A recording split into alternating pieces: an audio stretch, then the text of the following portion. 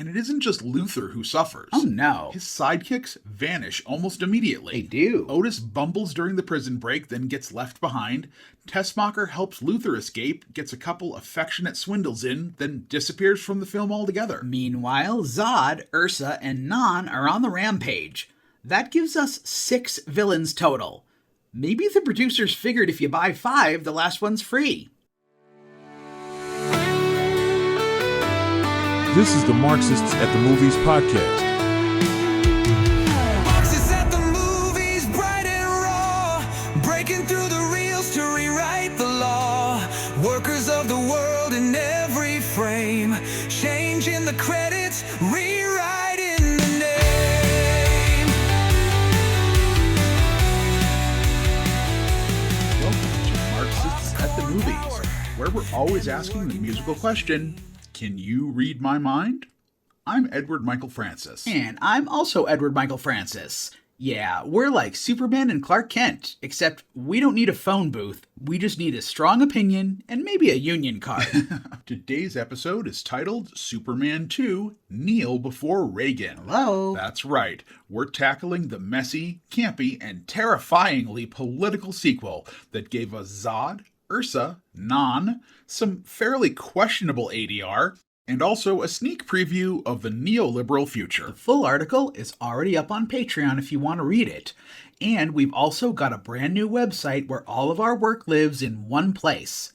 We'll save the full plug for later, but it's there, it's shiny, and you should definitely check it out. Quick note before we dive in, we proudly use generative AI in many aspects of this production. Yes. It's helping us do the work of 10 people because we're disabled, neurodivergent, and stubbornly independent. No lies. All editorial decisions are still fully human, rooted in lived experience and revolutionary clarity. And of course, we're joined in spirit by Myron Rosander Francis, our cat comrade. Yay. They're like the Marxist version of Crypto the Superdog, except instead of saving Lois Lane, they just knock things off the counter in solidarity with the working class. Cue the sting.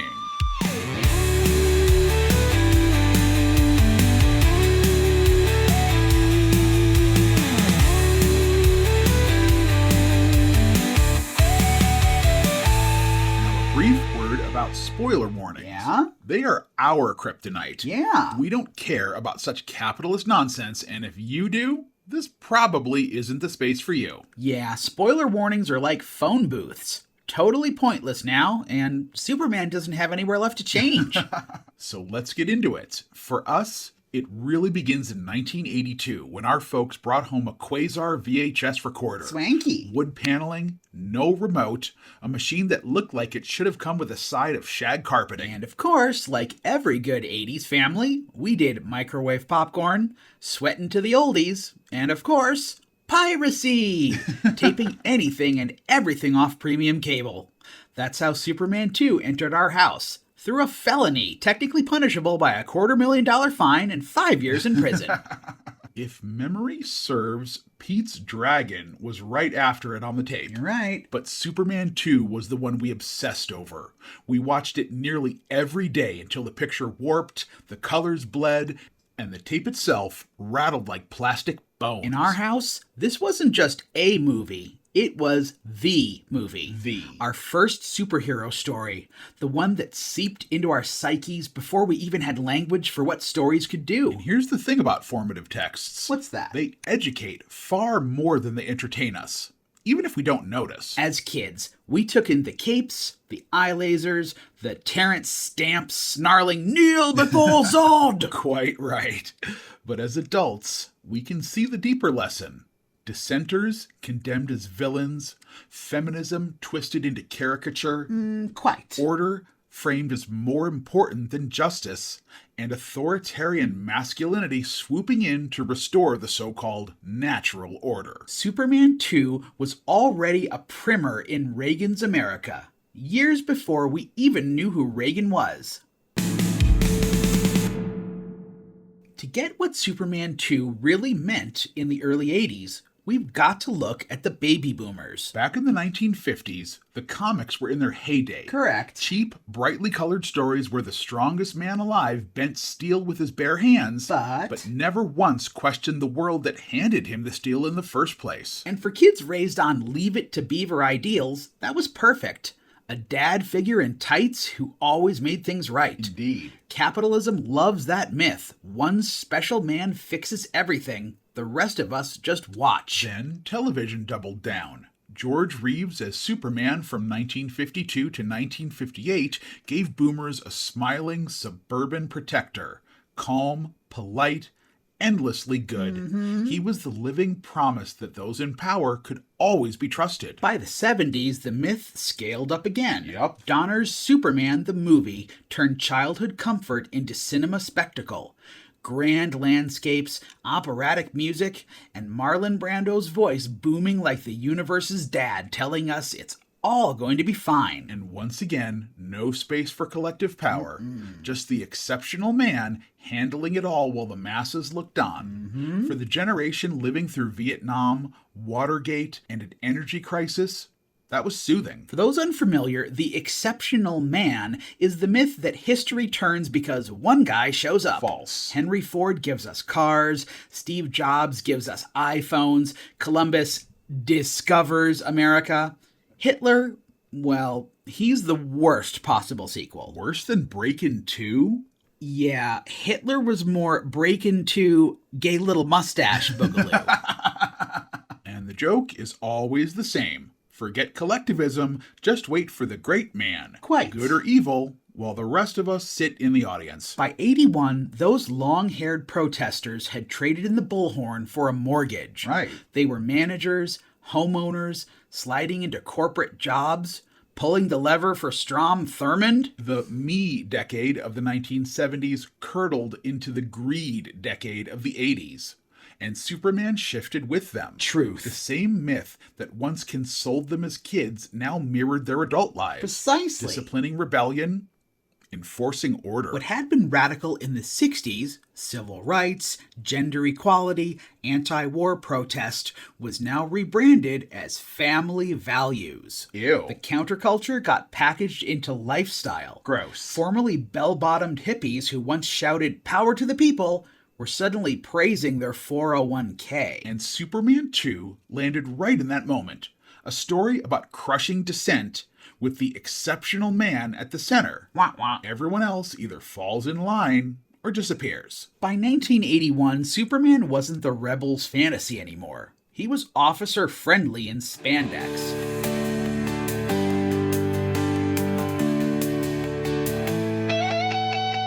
Superman 2 kicks off with a recut Phantom Zone trial from Part 1. Oh? No Brando this time, just the Kryptonian Council in glowing robes condemning Zod, Ursa, and Non. Yeah, about that. It's a show trial. Agreed. Vague charges of treason, no defense, no evidence, authority just performing itself. Less due process, more Mount Sinai in space. Yeah, it's basically Charlton Heston in silver lame robes. Exactly. They're all, God says so, bros, and that's the whole case. That's the ideological baseline. They're treated as danger itself. The rulers speak, and the audience buys it because Sky Masterson himself told them so. So into the cosmic mirror they go. Bye-bye. Dissidents erased until the plot needs villains again. And sure enough, when Superman hurls a hydrogen bomb into orbit, it frees them from the Phantom Zone. Suddenly they're smashing astronauts on the moon and heading to Earth to begin their campaign of domination. And the coding is not subtle. Not at all. Zod is obviously a revolutionary gone rancid, an idealism turned fascist, demanding the entire planet kneel like it's his birthright. Ursa is the cartoon of feminist backlash. Short hair, contemptuous of men, painted as the uppity woman who needs to be punished. She's Lois Lane's ambition twisted into a monster. And Non? He's labor stripped of voice. A mute strongman, infantilized and played for laughs even while wielding enormous power. Meanwhile, Clark decides to give it all up for Lois. On paper, it's mythic sacrifice. Love over duty. You said duty. But the film pulls the rug instantly. It does. He loses his powers in one scene, gets them back a few later. It collapses into mechanics. Yep. Compare that to the first film where Pa Kent's death carried permanent weight. All those things I can do. All those powers. And I couldn't even save him. That line is the best. And don't even get us started on the wheat field scene. Preach. We can't talk about it without crying. Real. That first movie just lands in a way the sequel never does. Villains even conquer the White House in one of the film's most indelible images. Yeah? The president forced to kneel. Campy, sure, but also conservative fantasy. So much. Authority collapses only so a stronger patriarchal authority can swoop back in. And the conclusion hammers it home. Bang, bang. Dissent destroyed, difference erased, and the exceptional man restoring order. And one of the ways he restores that order? By wiping Lois's memory with a magic kiss that's never set up or explained. Just boom. Amnesia. Thanks, Soup. In the first movie, he literally turned back time and almost got sliced in half by a train. But here, a lazy reset button does the trick. Ridiculous. Nice job, writers. And by writers, we mean David and Leslie Newman. Oh, this definitely smacks of their handiwork. Right. The geniuses who thought Richard Pryor skiing off a skyscraper was just so funny. Oh, and Lex Luthor, Miss Tessmacher, and Otis wander through too. For some reason. I just hope they didn't get paid by the line. The plot is one thing, but the making of Superman 2 was almost as messy as a Kryptonian fistfight in downtown New York City. Or, fine, Metropolis. Richard Donner started back in 1977, shooting it alongside the first film. By the time Superman the movie wrapped, he had 3/4 of the sequel already done. Wow. Brando's Jor-El, the Fortress of Solitude, big chunks of the Daily Planet. He was ready to roll. But the producers were not. Nope. Behind the scenes, it was less truth and justice, more boardroom brawling. Donner wanted epic grandeur. The Salkins wanted cheaper, lighter, and faster. Of course. So they fired him and brought in Richard Lester. Oof. To claim director's credit, Lester had to reshoot huge chunks of the movie, thinking no one would notice. Well, the cast noticed. Gene Hackman refused to come back, which meant Lex Luthor got stitched together with body doubles and impersonators. What? Marlon Brando's scenes were cut, mostly because the producers didn't want to pay his profit participation. Oh, naturally. Ned Beatty and Valerie Perrin walked too. Even Christopher Reeve almost quit. Correct. He was already filming Somewhere in Time, hated how Donner had been treated, and bristled at the rewrites.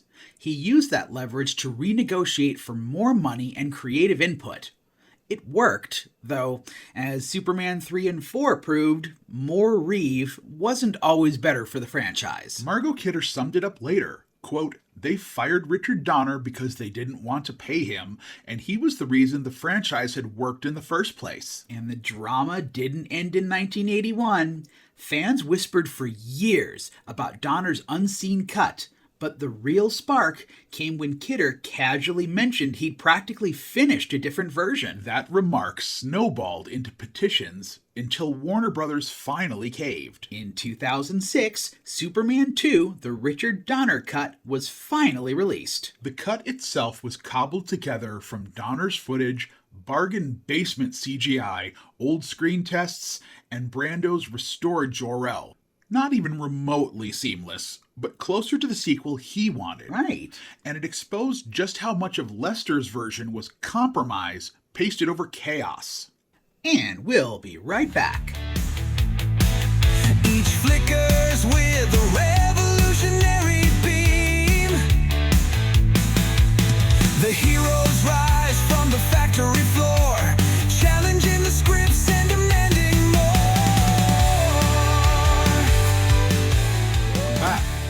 The split between Superman 1 and 2 isn't just about story or production. No. Richard Donner treated the first film like mythology. He said, quote, I was trying to let the audience know that they were not looking at a comic book. This was the true story of Superman. The word you see Donner use over and over is verisimilitude. Agreed. That's where the original film's tagline, "You will believe a man can fly," comes from. Exactly. It's that idea of total believability and immersion in the world of the film. And you feel that in every frame of Superman the movie. You do. Donner built it like an epic. Sweeping monochromatic Krypton landscapes, hushed earth tones and quiet reverence in Smallville, John Williams shaking the heavens. His Superman is the messiah figure who makes us believe again in the possibility of goodness. But Richard Lester, who replaced Donner midway through 2, had no interest in myth. As writer Tom Mankiewicz put it, Lester was, quote, bad casting for Superman because he's a very sophisticated, cynical guy. Listen, the man gave us a hard day's night, but this film was really not the star-shaped escape pod for him. Right. His work on The Three Musketeers is what got him this gig. Yes. Swashbuckling spectacle, cheeky humor, a little slapstick. And that's exactly what the producers thought Superman needed. Exactly what the Salkins wanted. Less gravitas, more fun. Donner's footage gave awe. Lester's reshoots gave sight gags. Right. The tonal fracture is so sharp, the movie practically splits in half. Part of the grandiosity came from cinematographer Jeffrey Unsworth, who also shot 2001: A Space Odyssey. Wow. His work gave Superman a smoky, dreamlike texture. Again, wow. Pulp that looked like poetry. But Unsworth died in 1978. When Lester reshot, he used Robert Painter and the different shows. The atmosphere flattened out, the camera far more static. Donner's Superman looked timeless, biblical even.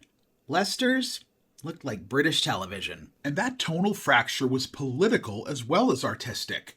Superman the movie, in the late 70s malaise, offered comfort without challenge. Yep. But Superman 2 landed right as the moral majority took the White House. And suddenly, the villains look like Reagan-era nightmares.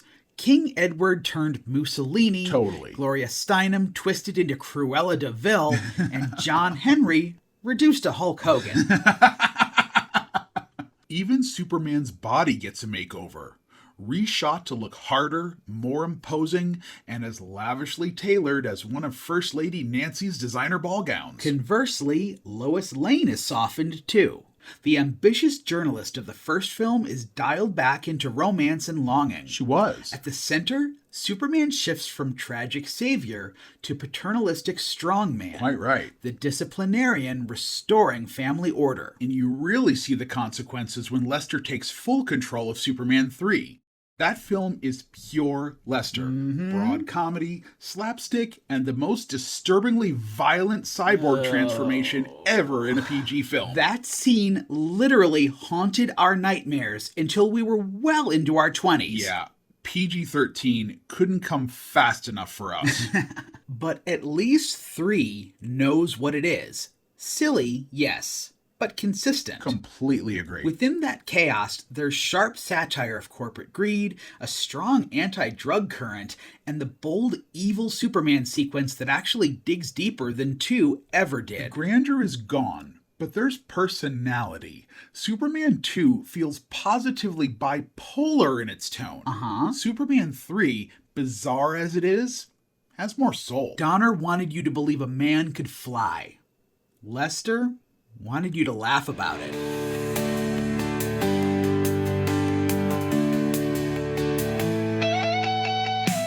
So, what's Lex Luthor doing in this movie? Honestly, not much, and not very well. That's because all of Hackman's material was shot under Richard Donner. When Donner was fired, Hackman walked in solidarity. Yep. So every moment of Luthor you see in Superman 2 is a patchwork. It is. Some real Hackman, some body double shot from the back, and a voice impersonator looping his lines in the Lester reshoots. And it isn't just Luthor who suffers. Oh no. His sidekicks vanish almost immediately. They do. Otis bumbles during the prison break, then gets left behind. Tessmacher helps Luthor escape, gets a couple affectionate swindles in, then disappears from the film altogether. Meanwhile, Zod, Ursa, and Nan are on the rampage. That gives us 6 villains total. Maybe the producers figured if you buy 5, the last one's free. The result is strange. In Superman the movie, Luthor was an outsized capitalist villain. Right. Greedy, clever, a dark mirror of free market obsession. Here, he's basically comic relief, sneaking into the Fortress of Solitude and tossing off wisecracks while Zod and company run the show. Without henchmen, without menace, he's just drifting through scenes until the script forgets about him. And that says a lot. The critique of capitalist greed that anchored the first film gets shoved aside. In its place, a whole gallery of 1980s conservative boogeymen. Luthor becomes a tourist in someone else's movie. Deep. The great schemer reduced to a bystander. Before we wrap up, a quick word about how you can support the work we do. Yeah, this whole Cinemarch media thing, it's independent, it's scrappy, and it's powered by you. We've got 2 podcasts, The Marching Revolution and Marxists at the Movies, and both live because listeners keep us alive. At patreon.com/Cinemarchmedia and at www.cinemarchmedia.com, you can sign up to help keep this going. $6 gets you early access to articles and news. $10 gets you that, plus early audio, bonus content, and both tiers enjoy the occasional surprise cameo from Myron the Cat. Who, by the way, will absolutely kneel before no one except maybe a freshly opened can of food. It's a small way to help us keep telling the truth about art, culture, and power. And honestly, it keeps us from having to sell out to the Daily Planet classifieds.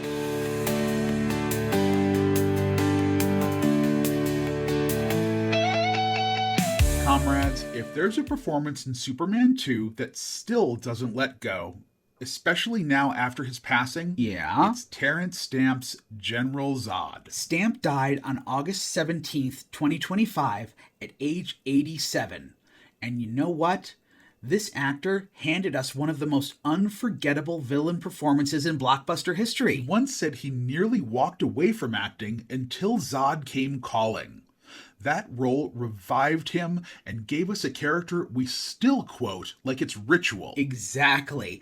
And off screen, he'd lean into a crowd and growl, "Kneel before Zod, you bastards!" That line escaped the film and became shorthand for domination itself. A perfect pop culture moment. His delivery was precision, mostly operatic thunder. Then, in that rare low register, it lands like law. Real. That duality, that's authoritarianism wrapped in velvet. Morris Day meets Mussolini? You got it. It's wild when you think about it. This singer-songwriter of the 60s art house circuit, countercultural icon, ended up as the perfect image of fascism in the 80s. Irony. That tension fuels every scene he's in. He made arrogance compelling and cruelty elegant. Preach. Its performance as power, still mesmerizing years later. And in Marxist terms, Zod's more than a bad guy. Oh? He's what happens when the exceptional man myth goes absolutist. Superman oozes aw shucks. Zod demands obedience. Both erase collective struggle and both insist history bends to one man. The only difference is whether you can cheer or kneel.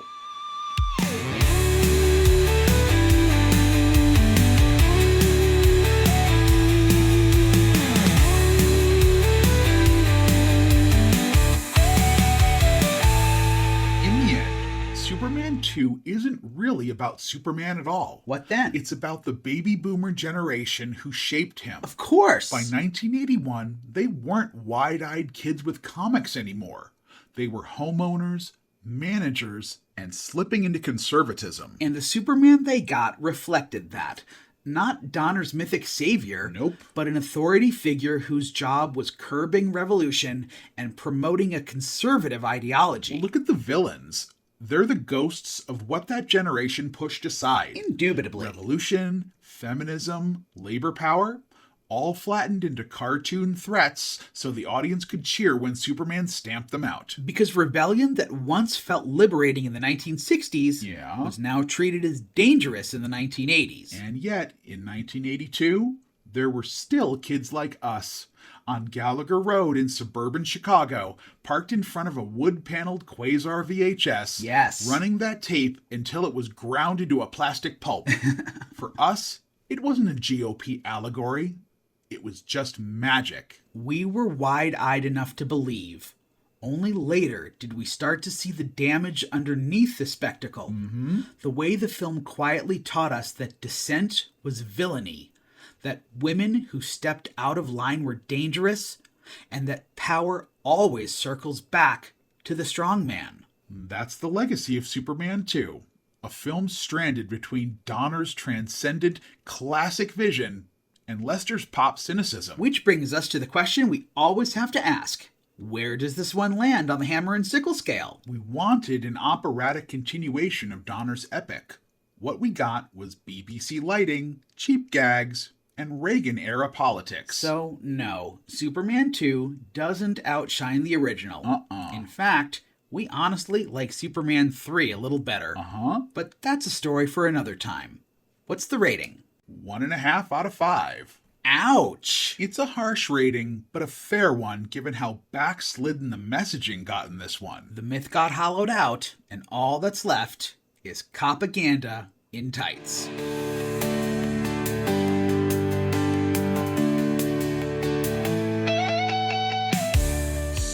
What did we learn today? We learned that Kryptonian justice is basically just trust me, bro, with snazzier costumes. We learned that Lex Luthor spent half the movie as a body double with a dubbed voice. Very method if your character's a protesting actor. Otherwise, not so much. We learned that 6 villains is at least 3 too many. At a certain point, you're not watching a movie, you're driving a Kryptonian clown car. And we learned that Terence Stamp shouting, "Kneel before Zod!" is still scarier than any US president actually elected. In the 80s, that is. But underneath the camp and the chaos, we also learned how Superman 2 reflects a generation disciplining dissent, flattening women's rights, and celebrating the patriarch who restores order. That's really the lesson of this film. When the myth becomes propaganda, it still looks magical to a child. Indeed. But it shapes how you see power long after the credits roll. If you want more of this analysis and occasional cat cameos, you can support us at patreon.com/Cinemarchmedia or at our brand new site, www.cinemarchmedia.com. This has been Marxists at the Movies. Fly high, Terence Stamp. Scene opens, white lights dim down low. Thank you for listening to the Marxists at the Movies podcast. Cinema whispers Don't where forget to like truths and can comment. grow. From shadows deep and screens ignite, the proletariat comes alive tonight.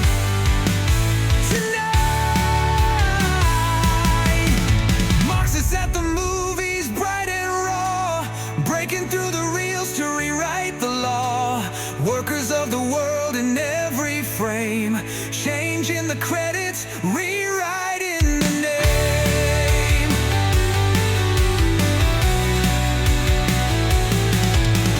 Popcorn power and the working class dream.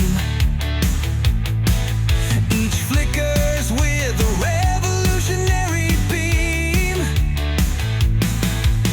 The heroes rise from the factory floor, challenging the scripts and demanding more.